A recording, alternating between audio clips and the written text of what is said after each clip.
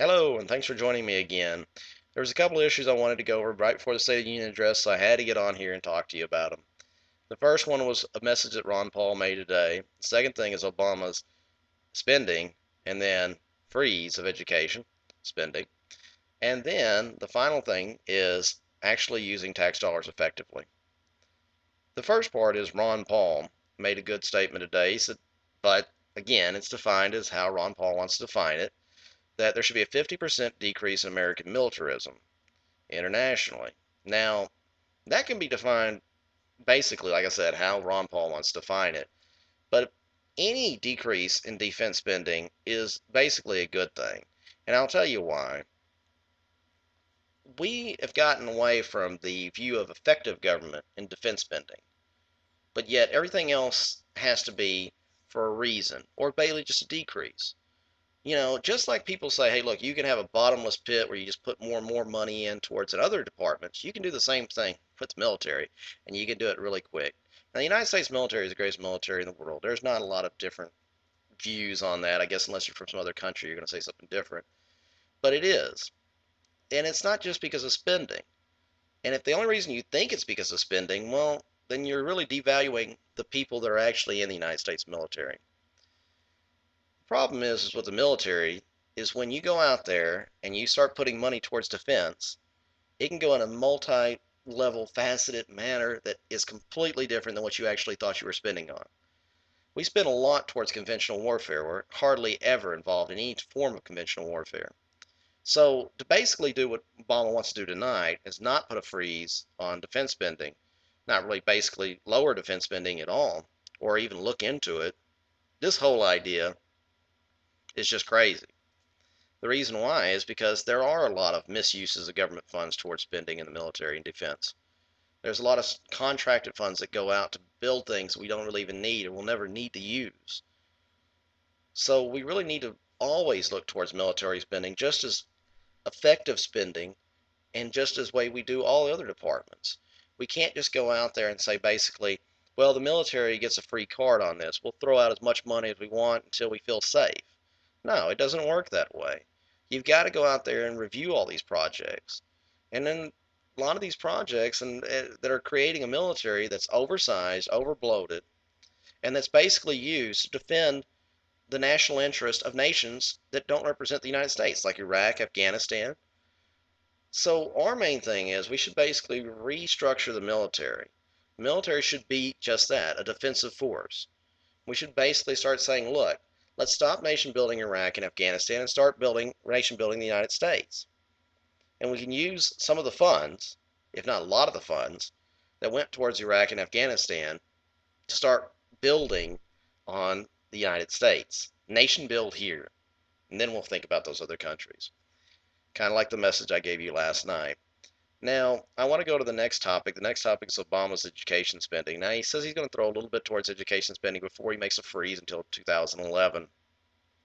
The problem is like I was talking about defense spending earlier, is that education spending creates more jobs than defense spending.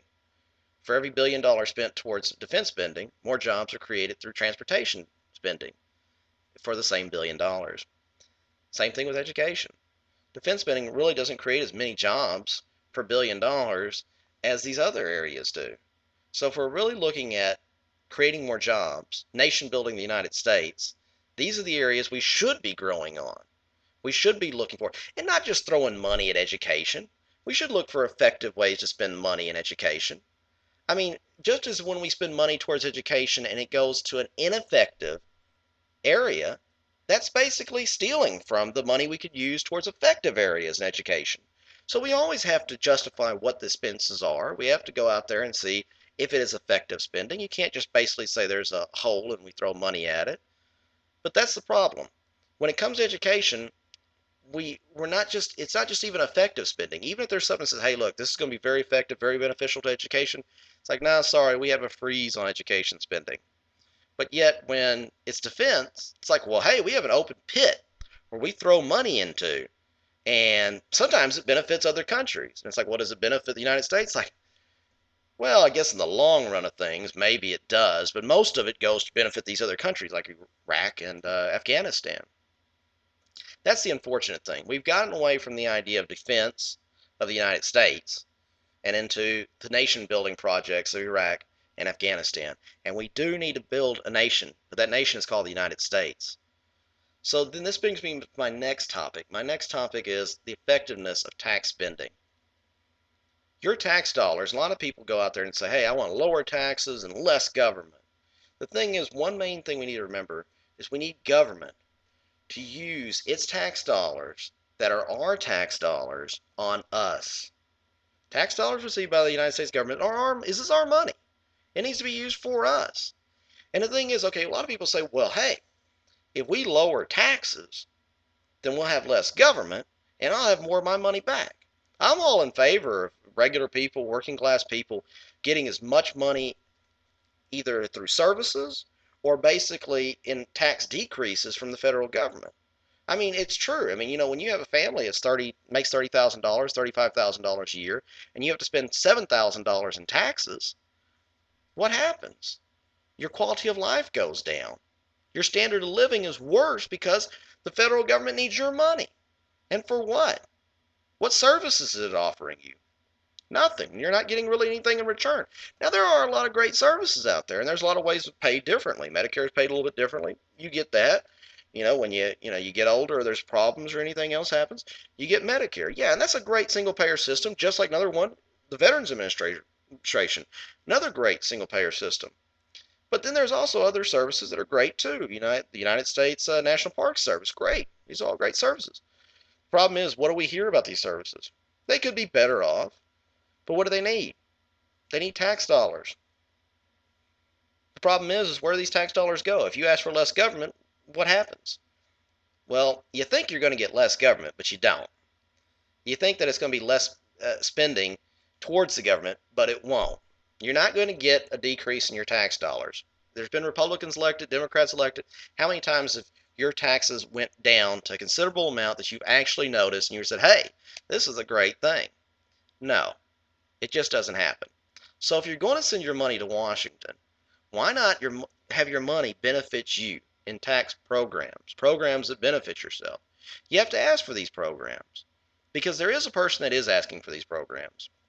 They're called big business. Now, outside of that $2.2 trillion 0% interest loan and the $700 billion given to big business last year, there are a lot of times when big business comes out and says, hey, look, we need money from the government. There's huge amounts of subsidies that go towards big business. Now, see, all the time you're like, I can do it on my own. I'm going to go out there and I don't need any help from this government. Well, big business doesn't agree with you. Big business says we do need help from the government. Look at Arthur Daniel Midland. Look at all these companies, even big farm companies. Most of your stuff is not grown by like a local farmer of 120 acres, even a section. Most of your stuff that goes out there and you're eating is from big companies like Arthur Daniel Midland. And what do? Get $56 billion in subsidies. 10 years. Gone.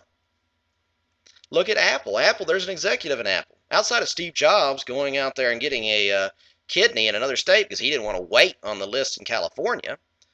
Because, hey, when you're rich, you can go to another state like that and do that in Tennessee.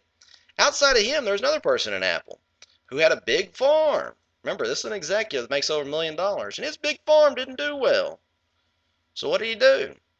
He got a $2 million check from the federal government. Okay, so now that I gave you these examples, you got to understand, people that are rich are savvy. They're savvy enough to know they can take money from the federal government and make them more rich. Why wouldn't they? That's what rich people do. Rich people get rich off taking more money from wherever they can get it, however they can get it.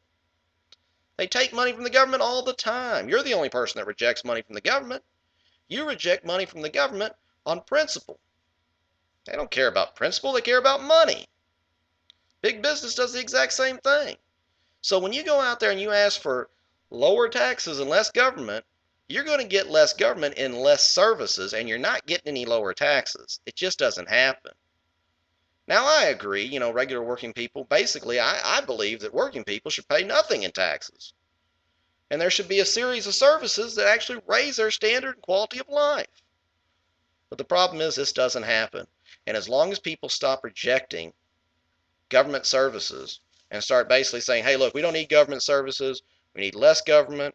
We need more of our tax dollars back. All that's going to happen is you're going to have less services, less government in services, but still big government that's actually benefiting these big businesses with your tax dollars.